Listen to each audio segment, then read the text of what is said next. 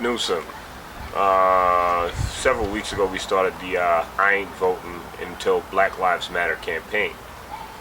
Since then, we've picked up some traction, and it's a movement that's resonating with the people.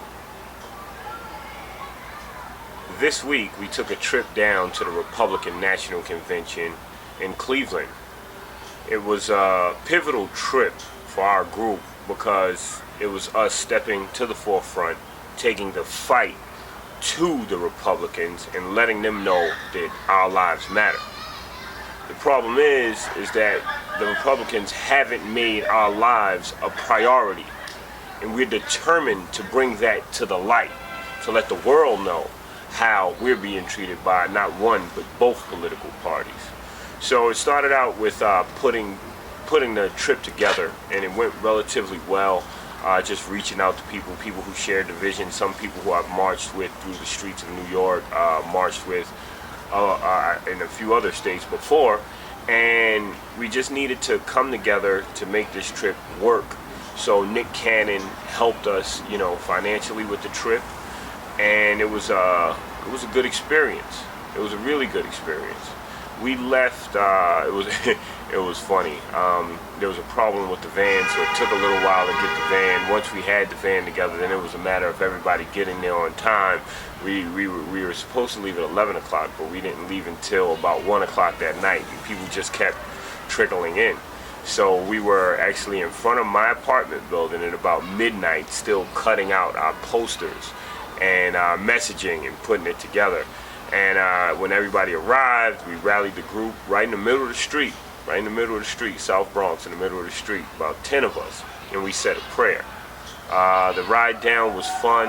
A lot of people didn't know what to expect when we got down there because not everyone was a protester. Some people were just individuals who cared about the mission.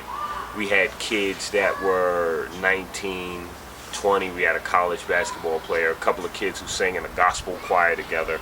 We had another woman that I worked with on political campaigns, and amazingly, I had a friend of mine from college, a guy by the name of Dan Hopes. He actually came all the way up from Cleveland. He drove from Cleveland that day to help us drive back. He said, "I can't be out there with you guys, but I'll drive you." And that was amazing to me. So he parked his car in my neighborhood, and we took the trip. He brought his girlfriend with us.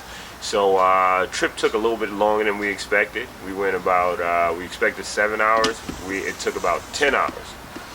We arrived in Cleveland as the protest, the rally was underway. We had a rally with a bunch of, a few hundred Dump Trump supporters, and they were there. They were in full swing, and it was amazing. Walking up, people were stopping us. Wow, what's I Ain't Voting? They wanted to take pictures of us, take pictures of the posters and the banners, what have you, and that was cool to feel that welcome. But when we arrived at this rally, which was the biggest rally, for the opening day of the Republican National Convention, right across the street from Quick Malone's Arena, it was disappointing because there weren't a lot of black people. Here you are in a state where Tamir Rice was murdered. Okay, he allegedly had an air pistol, a pellet gun, or what have you, but if he was a white kid in that same situation, the police never would have shot him. The police shot him within a minute of getting out of their car. That poor kid was murdered. His family had no justice, and ironically, it's not ironic, this is just the facts. His mother was on the news saying how she doesn't know how President Barack Obama sleeps at night. She doesn't know how he sleeps at night because he hasn't brought justice. She was on TV crying because her kid didn't have justice, and she wanted to know how we could have a black president, Democratic president, and nothing came of it. The cops walked. There was no repercussions. Like, we're just getting killed in the streets. So here we are in a city where Tamir Rice was slain, miles away from where he grew up, where he lived his short life, and there were a handful of black people. It was very disappointing. But my soldiers were there. My soldiers were there. They were ready to march. They were ready for whatever. You understand? We went out there non-violently, of course. But the bottom line is, it took a lot of courage for these young kids that came with me to go because there were threats. The neo-Nazis were there with guns. Concerned white citizens were there with automatic weapons. It was a scary element for people to just go into with nothing but just heart. And we had our prayers. We were shielded by God, but you know, it's a lot to risk to go out there, but we did it, and it was peaceful.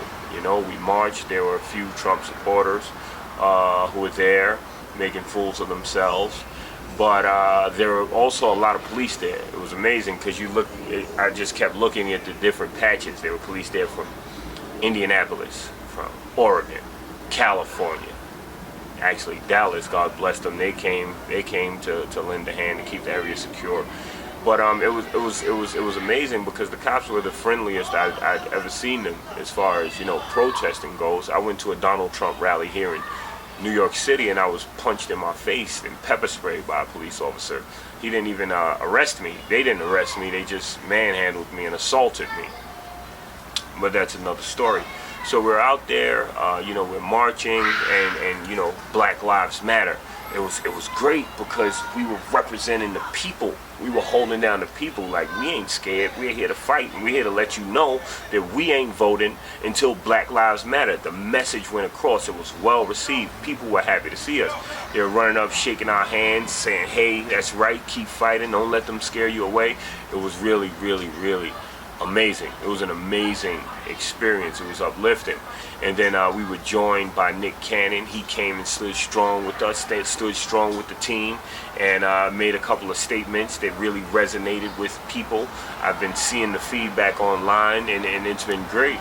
There's also been a lot of negative feedback in the online and social media, but I just have one question for those who question the radicalness of our movement. And that question to you is, name another nationality that came to America and didn't bargain for their votes. The Chinese have done it, the Irish have done it, the Italians have done it, the Hasidics the Jews have perfected it. All of these people have their own communities, which they control. We don't control black communities. We don't control the business. We don't control the dollars. We don't control the streets. We don't control anything in black communities. Everyone else comes in and controls and takes our money, for lack of a better term. That's why there's a big push out here. There was an economic boycott. No equality, no economy. We supported that. Actually, in Cleveland, we went to a place called J Gumbo's. It was amazing. It was a black-owned business with great food. And the staff there came out and hugged us and took pictures with us. Like they were uplifted. You know, we gave them t-shirts and you know, a couple of posters, and that's what it's about. But you know, you got to support your people. So what I'm saying to you is, our people died for the right to vote, not for you to waste it. Our people died for the right to vote because it meant power. Right now, you're taking the power out of what they died for. And if anyone is disrespecting our ancestors, it's you, because you are giving your votes away for free. Until Hillary Clinton comes out and takes a strong stance and secures black lives, she'll never get a vote from us. And I'll go to every state if I have to. We're going to Philly to the Democratic National Convention. We're going to protest there on Monday. I'll go to every swing state. I don't care what I have to do. If I have to call up every friend for a donation, if I have to start a crowd rise, it doesn't matter what I have to do. They're going to respect the black vote when this is all said and done. I'm Hawk Newsome, and I'm riding for my people. I'm fighting for my people. You won't catch me tap dancing around the issues. You won't catch me playing games with our future. There might be a better way right out there right now. There might be a better way. But this is my vision. This is a God-given vision. I'm going to follow it till the very end.